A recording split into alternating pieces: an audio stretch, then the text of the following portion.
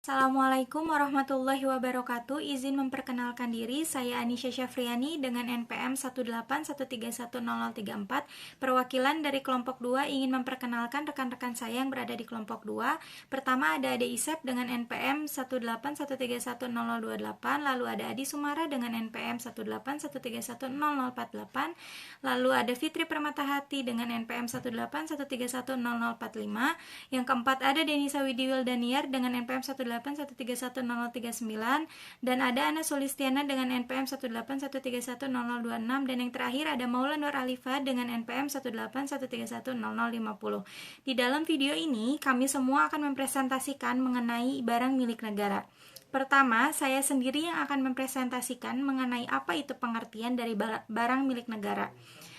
Yang pertama, pengertian dari barang milik negara yaitu barang milik negara atau yang biasa disingkat dengan BMN merupakan bagian tak terpisahkan dari keuangan negara sebagaimana yang sudah tertuang dalam pasal 1 Undang-Undang Nomor 17 Tahun 2003 tentang Keuangan Negara, yang disebutkan bahwa keuangan negara adalah semua hak dan kewajiban negara yang dapat dinilai dengan uang, serta segala sesuatu baik berupa uang maupun berupa barang yang dapat dijadikan milik negara berhubung dengan pelaksanaan hak dan kewajiban tersebut.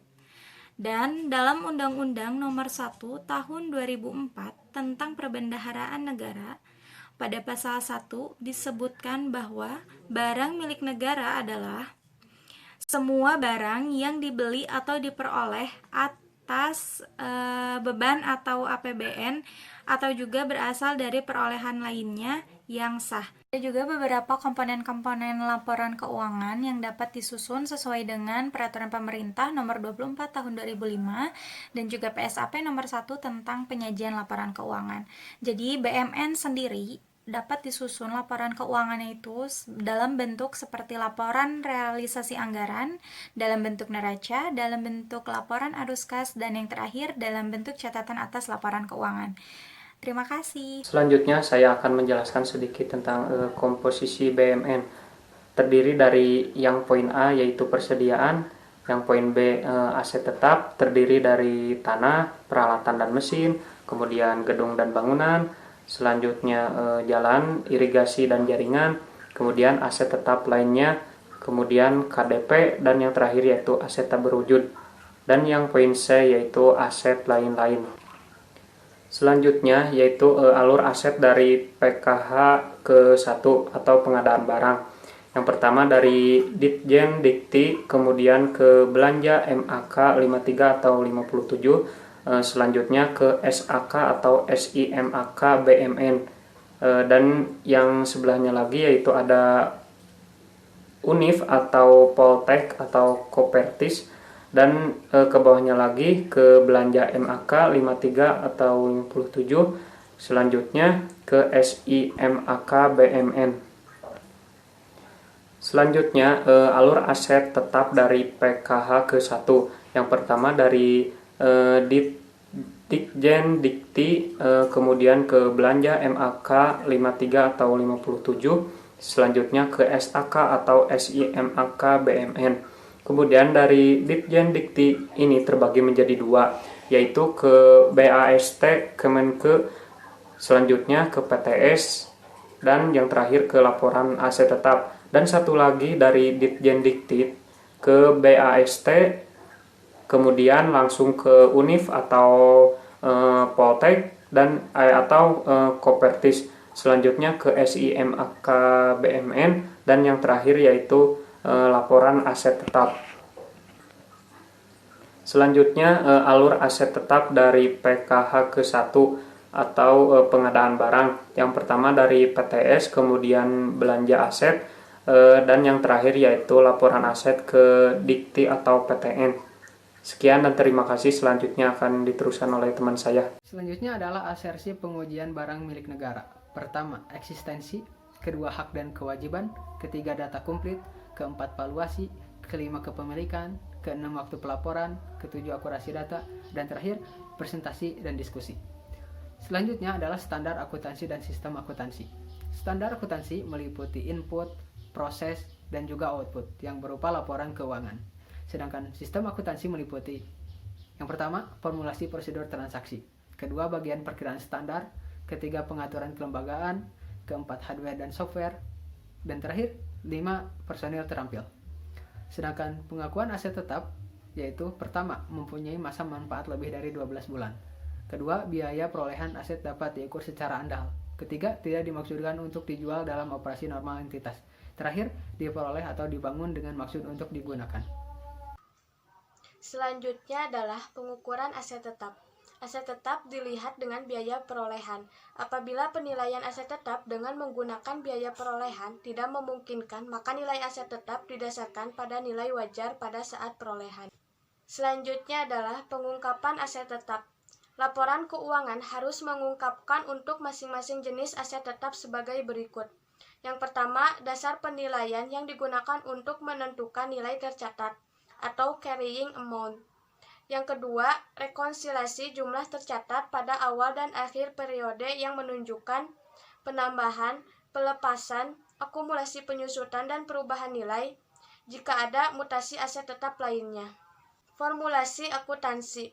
Saldo awal ditambah mutasi tambah atau kurang sama dengan saldo akhir. Selanjutnya adalah identifikasi resiko. Yang pertama, SDM pelaksanaan SIMAK BMN kurang paham SAP. Yang kedua, BMN tidak tercatat dan tidak dilaporkan. Yang ketiga, penyajian BMN dalam neraca tidak sesuai SAP. Yang keempat, BMN dikuasai pihak lain atau ketiga. Yang kelima, BMN hilang atau rusak. Yang keenam, BMN tidak didukung bukti kepemilikan. Dan yang terakhir, bisa berindikasi korupsi atau telah menjadi perhatian dari KPK. Selanjutnya, pentingnya BAST atau BAS.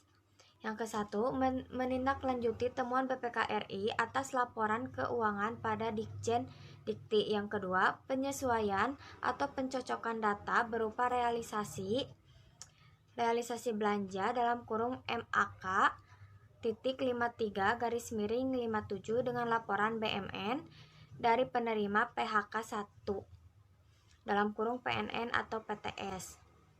Yang ketiga, penyajian BNN mengadakan PHK 1 dipastikan tersaji dalam LK Satker dan pelaporan secara berjenjang. Yang keempat, BMN tidak dikuasai oleh pihak lain. Selanjutnya, ruang lingkup penatausahaan BMN. Yang ke-1, melaksanakan pembukuan BMN. Yang kedua, melaksanakan inventarisasi BMN.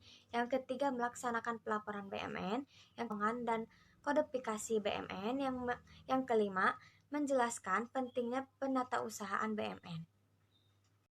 Pembukuan BMN. Yang ke-1, aset lancar atau barang persediaan. Yang kedua, aset tetap, tanah, peralatan, mesin, gedung, bangunan, jalan, jembatan, irigasi atau jaringan. Yang ketiga, instruksi dalam pekerjaan atau KDV. Yang keempat, barang bersejarah. Yang kelima, aset lainnya. Selanjutnya, transaksi dan dokumen sumber. Pembukuan meliputi peralatan, perubahan, dan penghapusan, yaitu yang A, berita acara serah terima BMN.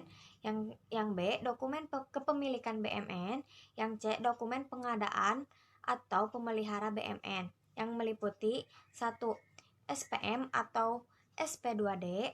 Yang kedua, faktur pembelian. Yang ketiga, kwitansi.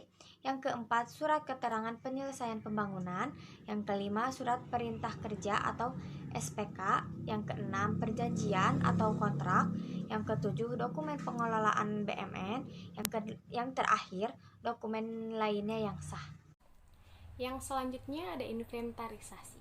Inventarisasi adalah kegiatan untuk melakukan pendataan, pencatatan, dan pelaporan hasil pendataan BMN. Maksud inventarisasi adalah untuk mengetahui jumlah dan nilai serta kondisi BMN yang sebenarnya, baik berada dalam penguasaan pengguna barang maupun yang berada dalam pengelolaan pengelola barang. Pelaksanaan inventarisasi. Penggunaan barang melakukan inventarisasi BMN sekurang-kurangnya sekali dalam 5 tahun, kecuali untuk barang persediaan dan konstruksi dalam pengerjaan dilakukan setiap tahun. Maksudnya adalah status barang.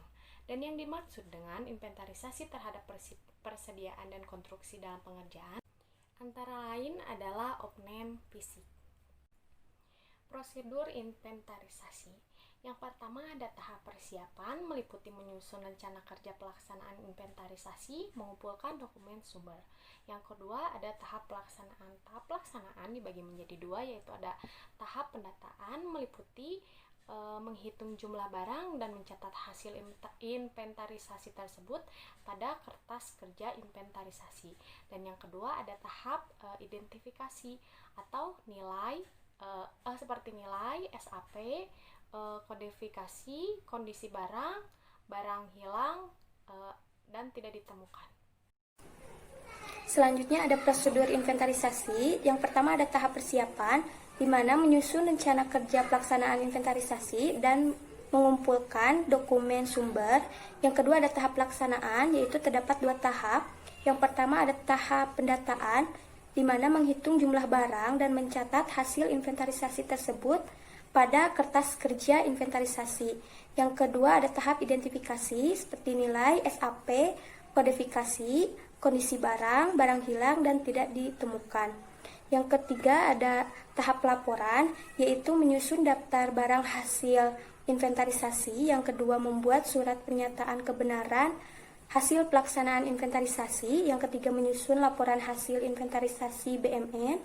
Yang keempat meminta pengesahan atas laporan hasil inventarisasi BMN beserta DBHI. Dan terakhir ada menyampaikan laporan hasil inventarisasi. Selanjutnya ada pelaporan. Yang pertama ada daftar barang kuasa pengguna. Yang kedua laporan barang kuasa pengguna semesteran, seperti laporan persediaan, laporan aset tetap, laporan konstruksi dalam pengerjaan, dan lain-lain. Yang ketiga ada laporan mutasi BMN. Yang keempat ada laporan kondisi barang atau LKB. Yang kelima ada laporan hasil inventarisasi. Dan keenam ada laporan PNBP. Dan terakhir ada arsip data komputer. Sekian presentasi dari kami. Terima kasih.